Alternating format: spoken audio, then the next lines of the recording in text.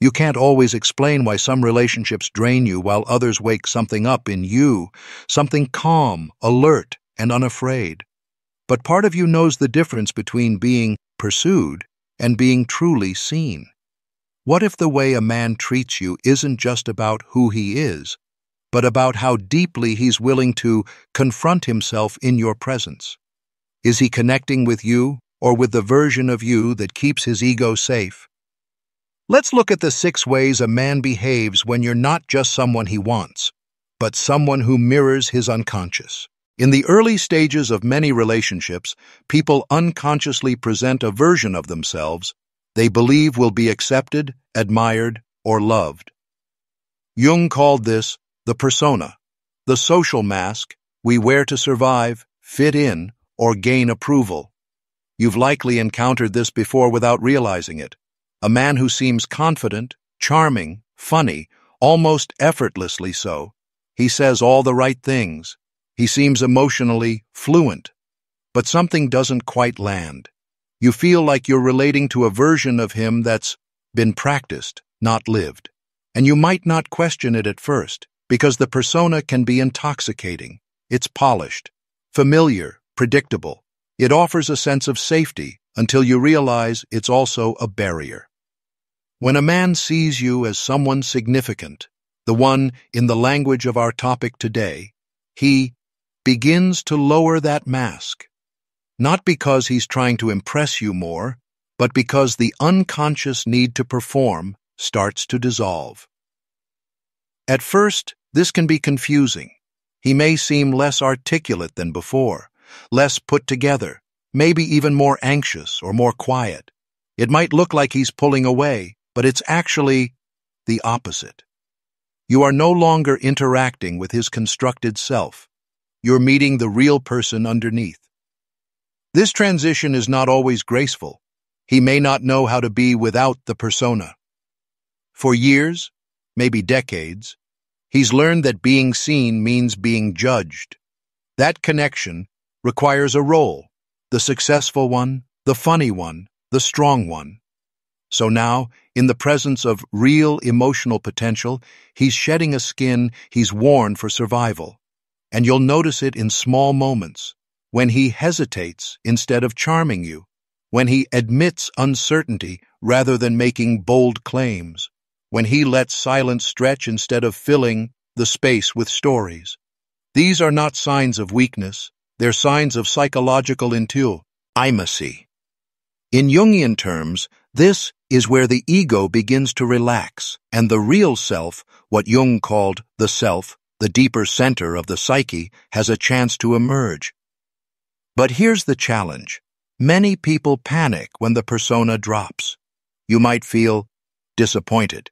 You might wonder where that exciting, expressive man went. The truth is, he was never fully there. What you were connecting with was a curated image. Now you're meeting the person. So the question becomes, can you sit with the real? Can you receive the unfinished, uncertain, and unpolished parts of another person without needing them to go back to performing? Because love that reaches the unconscious doesn't thrive on performance. It grows in presence. And when you stop performing too, that's when something real can begin. In most relationships, there comes a point where emotional discomfort surfaces, vulnerability, misunderstanding, fear of abandonment, or just the awkwardness of being truly seen. How someone responds in those moments tells you far more than how they behave when everything is going well. When a man is still operating from emotional survival patterns, he may unconsciously avoid these moments. He changes the subject, jokes, gets defensive, or disappears for a while. These aren't signs of cruelty, they're learned defenses. Emotional discomfort threatens the fragile construction of the ego. But if you're someone who touches something deeper in him, something shifts. He might still feel discomfort, but he doesn't run. He stays. He listens, even if clumsily. He might not have the perfect words, but his nervous system doesn't shut down the conversation. He shows up not with solutions, but with presence. That's a sign that his shadow is coming to the surface, not being projected outward, but integrated. Jung taught that the shadow is made up of everything we repress or deny in ourselves, our weakness, fear, jealousy, helplessness. When a man begins to tolerate those parts of himself in front of someone else, it's not just emotional maturity, it's the start of transformation. You may notice that he looks uncomfortable, like he's fighting with himself, because he is. A part of him wants to default to silence or escape, but another part wants to grow. And when you're the one, that second part gets louder. He realizes you're not just someone to feel good around, you're someone around whom he wants to be real. This doesn't mean he'll never mess up. He will. Everyone does. But the difference is, he circles back. He reflects. He admits when he pulls away. And he tries again, without trying to erase the difficulty. So the question becomes, can you recognize the difference between emotional suppression and emotional growth? And more personally, can you hold space for someone else's discomfort without rushing to fix it or interpreting it as rejection? Because the ability to tolerate emotional pain without running, blaming, or numbing is one of the clearest signs that love is becoming conscious. Most people ask questions to gather reassurance, to make sure they're still desirable, still in control, still safe. The questions sound curious, but they're often leading. They're designed to confirm a preferred image. Do you think I'm a good man? You had a good time with me, right? You're not like those other people, are you? When a man sees you as emotionally significant, something deeper happens. He starts asking questions that don't protect his ego, but risk exposing it. Questions like, what made you pull on back just now? Or, what am I not seeing about how I show up in conflict? These questions are not strategic. They're not trying to impress. They come from a place of real curiosity, the kind that wants truth more than validation. You might be caught off guard. It may feel unfamiliar, because this kind of inquiry means he's willing to see you, even if it changes how he sees himself. In Jungian terms, this is the ego decentering itself. He's no longer the protagonist of the story, ich with you, as the supporting character. He's entering a more mutual, reflective space. He is willing to be influenced by who you are, not just to consume or shape you into what he needs. This can feel disorienting at first. You may have never had someone ask questions that weren't tied to performance or outcome, but this is one of the most grounded signs that something psychologically mature is unfolding. And he may ask these questions clumsily. He might not always handle your answers well. But the fact that he's even opening that door, voluntarily, is meaningful. Because a man who only wants to be admired won't ask questions that threaten his image. So here's the reflection. When was the last time someone asked you a question that wasn't about them, but about understanding you, with no strings attached? And maybe even more, importantly, how often do you ask yourself those kinds of questions? Every person has emotional patterns, ways of reacting to fear, intimacy, or uncertainty that developed long before adulthood. These patterns aren't random. They're tied to what Jung called complexes, unconscious emotional clusters shaped by early experiences. For example, a man who grew up with an emotionally unavailable parent might carry a deep, unconscious belief that closeness leads to disappointment. So when someone gets too close, he withdraws. Not because he doesn't care, but because the old emotional script is playing silently in the background. When you're just a temporary presence in someone's life, these complexes tend to stay intact. The person repeats the pattern. The withdrawal happens. The coldness returns. The cycle continues. But when a man sees you as emotionally significant, someone who touches the core of his psyche, he starts to interrupt the script. The usual reaction starts to rise. And then something else enters. Awareness. He pauses before shutting down. He names what he's feeling instead of acting it out.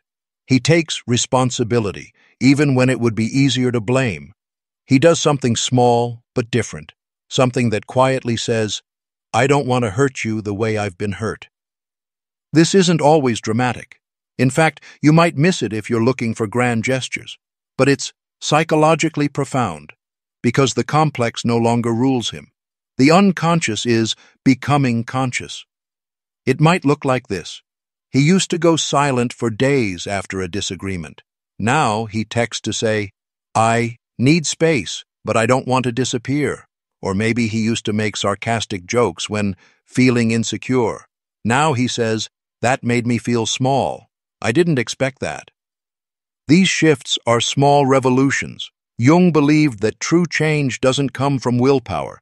It comes from becoming conscious of the pattern and choosing differently, in once. Every time a man breaks his own pattern, he's not just growing, he's becoming more integrated. So ask yourself, have you noticed someone change their behavior, not to please you, but because they no longer want to live inside a pattern that hurts both of you? And on the other side, which of your patterns are still playing out without your consent? Many men are taught, explicitly or implicitly, that they are only valuable when they're useful, capable, or strong. That if they don't have the answer, fix the problem, or hold it all together, they are failing. So what happens when a man begins to care deeply for someone? Often his instinct is to protect, to offer solutions, provide stability, or manage situations. And while that instinct can be genuine, it can also be a defense against something far more vulnerable, his powerlessness. But when you're the one, not just someone to care for, but someone who sees him, he may begin to let go of that role. Slowly, tentatively, he allows you to witness the truth he spent years avoiding. He doesn't have control. He can't prevent your pain. He can't guarantee your safety. He can't always regulate his own emotional storms. And when he allows you to see this, not as a confession of failure, but as a gesture of honesty, that's something rare. It's not weakness. It's a kind of strength that doesn't come from dominance or certainty. It comes from humility. Jung believed that real transformation begins when the ego confronts its limits, when we admit we are not all-powerful, all-knowing, or in control. This confrontation often leads to a deeper connection with the self, that center of being that doesn't rely on performance. You might hear it in his voice when he says, "I don't know how to fix this, but I don't want to avoid it." Or, "I feel scared too, and I don't want that to make me shut down." These are not admissions of failure. They're evidence that the persona is dissolving, and something deeper is emerging. And this is where love deepens. Because when someone stops trying to control the outcome, they begin to relate to you as you are, not as a problem to manage or a feeling to contain, but as a person in shared uncertainty. So ask yourself, have you ever felt the safety of someone saying, "I don't know," not out of resignation, but out of truth? And equally, can you allow someone to be powerless in front of you without rushing in to fix it? Let's keep moving forward.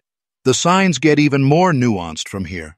One of the clearest signs of emotional growth in a relationship is this: the moment between a trigger and a response. In most people, especially in emotionally close relationships, that moment doesn't last long. Something is said, a wound is touched, and the body reacts before the mind even catches up. Maybe it's defensiveness, maybe sarcasm, withdrawal, accusation. The cycle repeats. But when you're someone who matters deeply to him, someone who evokes not just his desire, but his self-awareness, he begins to slow down that cycle. You might notice it in small ways. You say something that would have once pushed him away, and instead, he goes quiet. Not in the shutting down way, but in the considering way. You see him thinking, regulating. You see him trying to choose something different. That pause, That moment of tension where the old reaction is right there and he doesn't grab it, that's transformation. Jung believed that we are often ruled by what he called repetition compulsion. We unconsciously recreate emotional dynamics from our past in an attempt to resolve them. The psyche repeats what it can't yet understand. So if a man grew up never being listened to, he might react explosively when he feels misunderstood. Not because of what was said, but because the wound is old. The difference now is that with you, someone he sees as emotionally significant, he wants to be conscious. He doesn't want to keep repeating what hurt him or what hurt others, so he reflects. He steps back internally, and he asks, what's really happening here? This doesn't mean he becomes emotionless, quite the opposite. It means he's choosing responsibility over reaction. He's willing to feel without needing to project. You might feel safer around him, not because he never gets upset, but because his upset doesn't control the room. And that allows you to be more real, too. So, ask yourself, have you ever felt someone choose to stay connected instead of being right? And more personally, what do you do in the space between the trigger and your reaction? Early in relationships, especially romantic ones, it's common for men to adopt a kind of unspoken role, the protector, the provider, the fixer. There's often a quiet pressure to get it right, to be strong, to hold the emotional weight. At first, this might feel reassuring. He's reliable. He has things handled. But over time, you may notice that it leaves little space for you, your complexity, your ambiguity, your own strength. That's not intimacy. That's a performance. When a man sees you not as a project to fix or a role to fulfill, but as a person to meet, something shifts. He stops trying to be the hero. He stops needing to hold the relationship together. He steps out of the center of the narrative. This doesn't mean he becomes passive or disengaged. It means he starts to share the emotional landscape. He no longer needs to be the one with the answer. He becomes available to not know and to let you shape the relationship alongside him. Jung described the ego as the center of consciousness, but not the center of the whole psyche. The ego believes it's the main character, but in truth, it's just one part. When a man begins to decenter his ego, he becomes capable of true relationship, not dominance, not control, not caretaking, but connection. You'll feel the difference when he asks questions without steering the outcome, when he listens without planning a solution, when he says, "I hadn't considered that," and really means it. There's no rush, no power play, just two people sitting in the middle of something unknown and making space for each other's reality. So ask yourself, has someone ever stepped out of the spotlight so the relationship could breathe? And more intimately, where in your own life are you still trying to be the hero, when what's really needed is presence? We're approaching the deeper layers now. Let's keep going. Most people are comfortable talking about their goals, what they want to achieve, where they see themselves in 5 years, what they plan to build. But sharing dreams and fears is something else entirely. Because dreams aren't linear. They don't always make sense. They're often messy, strange, or deeply personal. And fears, well, they rarely flatter the ego. When a man begins to share his internal world with you, not just his plans, but his inner life, you're no longer relating to the persona. You're relating to the unconscious. He might tell you about a dream that unsettled him, about a recurring feeling of not being enough, about something irrational that he's never spoken aloud. These moments might seem small on the surface, but psychologically, they're a threshold. In Jungian psychology, dreams are a direct expression of the unconscious mind, symbols that reveal what the conscious self can't yet name. A man who shares these dreams with you is not just opening up, he's inviting you into the space where his deepest self is still forming. This kind of sharing is not about being dramatic or deep for the sake of connection. It's about truth. When someone feels safe enough to reveal what scares or confuses them, without needing to solve it or make it look strong, they are letting you see them. You might notice he stops speaking in clean, confident sentences. He might say things like, "This doesn't really make sense, but," or, "I've never told anyone this before, but." That's a sign that something real is happening. The ego is stepping aside, and the psyche is reaching out. These are the moments when love becomes more than emotion. It becomes a container for individuation, a space where someone can integrate who they are, who they've been, and who they're becoming. So ask yourself, have you ever created enough safety for someone to share their fears with, without editing them first? And in your own experience, what dreams or fears have you silenced even in relationships that felt close? Let's move forward. The next layer reveals what love looks like when it's not about control. One of the most difficult shifts in any intimate relationship is moving from possession to presence. In the early stages, many people unconsciously try to manage the other person, to make sure they don't leave, don't change, don't surprise us. It's not always obvious. It might look like concern or caretaking or passion, but underneath, it's often fear. When a man sees you as emotionally important, that fear can get triggered.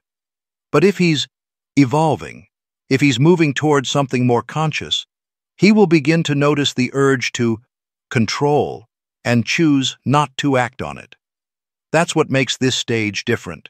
He doesn't try to shape you anymore. He doesn't expect your emotions to fit his comfort zone. He starts to respect your separateness, your autonomy, your individuality, even when it challenges his own sense of security. Jung warned against the danger of psychological fusion when two people merge in a way that erases the boundary between them. It feels like love, but it's actually fear of aloneness. Real love, Jung wrote, requires separation with connection. You might notice that he lets you disagree without escalating, that he doesn't take your independence personally, that he listens to what you need, not to fix it, but to honor it. This doesn't mean detachment, it means differentiation. He is beginning to love you not because you complete him, but because he's learning to stay whole while still choosing you. It's a subtle shift, but a profound one. Instead of managing the relationship, he begins to relate. And that's when it becomes real. So ask yourself, have you mistaken someone's control for care? And more quietly, can you allow someone to remain separate from you even when you want that closeness? We've arrived at the final stage, the one that ties it all together, not with closure, but with inner integration. It's tempting to believe that when someone really loves you, they'll change for you, that they'll adapt their habits, rewrite their behaviors, soften their edges, all in service of keeping the relationship alive. But change that's rooted in pleasing another person rarely lasts. It's adaptation, not integration. It creates compliance, not transformation, and over time it leads to resentment, emotional fatigue, or collapse. When a man sees you as someone who touches his deeper psyche, not just his desire or his ego, something more enduring begins to happen. He doesn't shift who he is to keep you. He evolves into more of who he already is because the relationship acts like a mirror. You might not even notice it at first. He starts showing up differently, not just with you, but in his own life. He reflects more. He sets different boundaries. He becomes less reactive, more centered. These changes aren't for you, but they are shaped with you. In Jungian terms, this is the process of individuation, the psychological journey of becoming whole. It doesn't mean becoming perfect, it means becoming integrated. Shadow, ego, persona, wounds, instincts, all of it begins to align under conscious awareness. In a relationship that supports individuation, both people evolve alongside each other. Not in lockstep, not through negotiation, but through inner shifts that happen because the connection keeps revealing new layers of truth. This is what it means to be the one for someone. Not a fantasy they chase, not a project they fix, but a presence that calls them into more honesty, more integrity, and more inner alignment. You don't become their reason for growth. You become part of the context that makes growth inevitable. And that's where love stops being about possession, performance, or fear, and becomes a space where the psyche itself begins to heal. So ask yourself, are you evolving because you're afraid to lose someone? Or because being with them makes you unable to keep living the way you used to? And even more deeply, can you allow your relationship to be a place where both of you grow, even if that growth isn't always comfortable or easy or clear? This isn't the end. But if you've seen yourself in any of these moments, on either side of them, you've already started the work that matters most. Thank you for being here.